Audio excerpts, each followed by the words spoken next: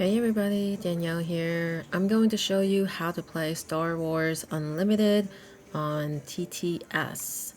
I'll put a link in the description below to the workshop for Tabletop Simulator so that you could play this game. But yeah, this will be a very quick overview on how to play, and I will get started now. So you'll see a couple of these items here with demo decks and some custom decks, it looks like. But let me show you the Gen Con Luke demo deck. So you'll just click and drag out some of the items that's in here. So to start with, we have Luke Skywalker. This is a leader card. And there's a couple of things to point out. On the left side, we have the artwork. We have the keywords Force and Rebel. It has an action where you basically pay one resource and then you exhaust this card to give a shield token to one of those units you played this phase. I'm not too familiar with the names of those icons just yet, so just bear with me on that. And then the epic action highlighted in this yellow box, if you control 6 or more resources, deploy this leader. So essentially you will flip him, ready him, and move him to the ground arena. That'll make more sense in a bit. But for now, we'll put them in the leader slot, which is right here. And then we will take out the rest of the items. So we have this. This is the base. It has 30 defense on it. Essentially, in this game, you're trying to hit and destroy the base down to 0. This is the administrator's tower. Lots of artwork. There's really nothing much to it. This is the base. Put that into the base slot here. Then lastly, we have the deck. Typically, the deck would be 50 cards. The demo here is 30. So we have the backs here, but if you flip them over, you can hit F and you can see kind of what the cards will look like. So for example, this is a unit card. It has an attack of 2 and 4 defense, and this will be on the ground.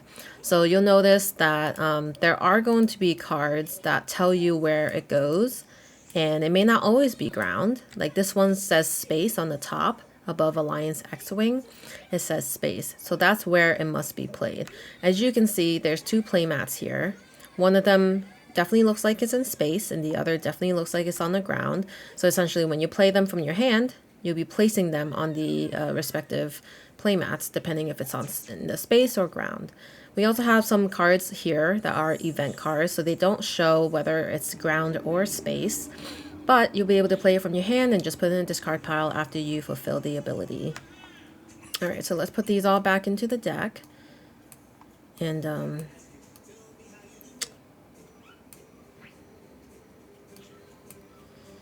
let's see.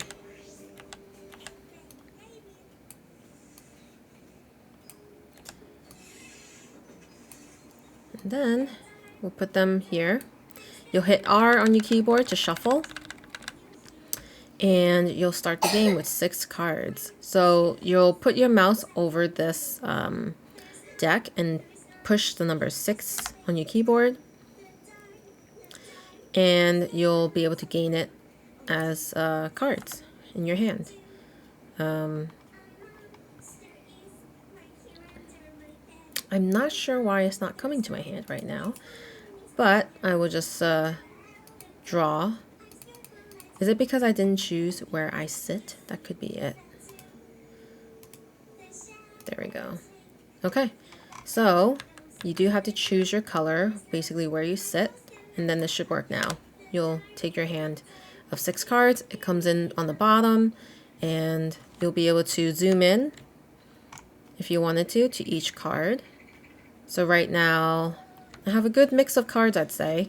I have the ground, space cards, an event card, and ideally you want to have lower cost cards. So for example, the cost of playing this card will be 3 resources. And then you will also notice there's an icon underneath the cost of 3. So that means As long as you have the icon on your leader or your base cards, which is located on the top right of each of these cards, you won't have to pay the extra 2 resources that would be required. So if you happen to play a card in your deck that doesn't actually match some of these icons on the top right of the leader or base cards, you have to pay an additional 2 resources to play the card. So that's important when you're deck building, that you're choosing cards that you'll be able to afford to pay as long as you, whether or not you have the icons. Okay. So in the game, you get to mulligan. So you have to mulligan your entire hand, put it into the deck, shuffle, and draw 6 new cards. So that's the mulligan process. For the sake of just this demonstration, I will just keep it at not mulliganing. So to start off, you get to place 2 cards down in your resources, face down. So I'm going to place cards that I likely won't play immediately and put it in the resource section. And so now I have 2 resources that I can use. And if it's my turn to go first, you would know that because of this Star Wars Unlimited initiative. That's who goes first. But typically when you start the game, you have to determine who the first player is, and that's typically a roll of a die. You roll one of the dice or something. And then on your turn, you get to play, do one action. So my action might be to play this Alliance X-Wing by paying 2 resources. So you pay 2 and hit E or Q if you want to rotate it and exhaust it. And you'll play it in the area that is specified on the card. So this one says space. And it might be cut off actually. Is it cut off right now? Oh, there we go. Okay, so space. This is a unit, and it's a 2/3, and it comes in exhausted. So that means you can't actually use it the turn it comes in, unless obviously the ability says otherwise. That's my turn. And then the opponent will go and play a card from their hand. And then it's back to me. If I have anything left to do, I can do something. But actually, I'm all tapped out in terms of resources, so I can't do anything else. Keep in mind, I can always use Luke's ability, as long as I have the resource to pay for it. But for now, I can't do anything. So I will say I'm going to claim the initiative, and I pass my turn for the rest of this round. My opponent will get to go until they can't do anything or decide to pass their turn, and then a new round will start. So in this case, we'll say the opponent also passes. We always draw 2 cards from the deck into our hand, and then we decide if we want to put 1 resource down or not. I guess I will. It's always important to get your resources going. You'll place it in your resource section, and then you're going to hit ready for all of the sections so that all your cards are now right side up. Because I have the initiative, I get to take the first turn this round, and I'm going to play this Rebel Pathfinder for 2 resources. Oops. So essentially, you select it and you rotate, and I will play them here. Let me move these out of the way a little bit. And so yeah, I'll play this Rebel Pathfinder. So this one is a Saboteur. So when this unit attacks, ignore Sentinel and defeat the Defender's shields. It's a 2/3. So there's a lot of keywords that you do have to familiarize yourself with, but it really is not too hard to keep up with it, especially if you played other games like Magic or Keyforge. Any of those CCGs, you know, they typically have similar keywords that mean the same thing. So that's my turn. The opponent will take their turn, and then it's back to me. I think I will use my my leader's action, which is pay 1 resource, and I have 1 left. And I could exhaust this to give a shield token to one of these units that I played this phase. And I did just play 1. Rebel Pathfinder is of that icon. So I will give a shield, and you'll see here there's a couple of different tokens or counters. The red is damage counters, green is experience tokens, and shield tokens are blue. So I'll put 1, and it's already set to 1, and I'll give it to the Rebel Pathfinder. So shields are cool.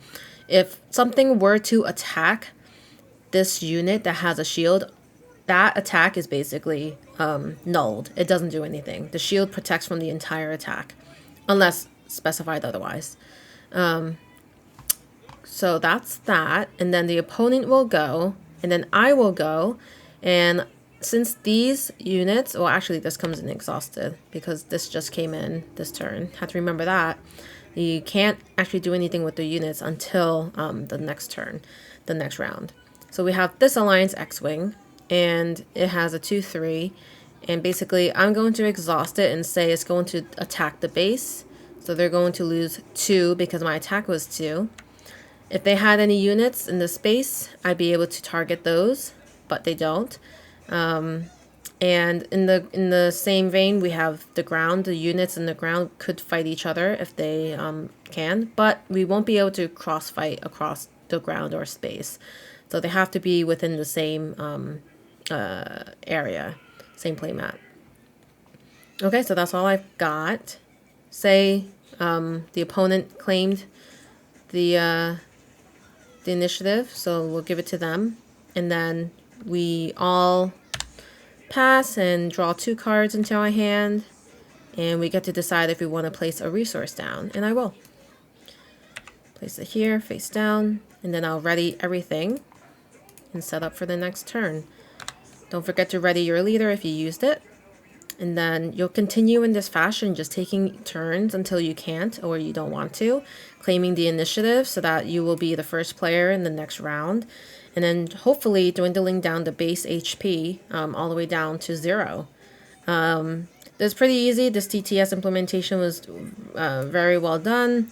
The cards all looked pretty good, very good quality, and I'm very pumped for this game. I'm excited to play this, hopefully in person at my local game store.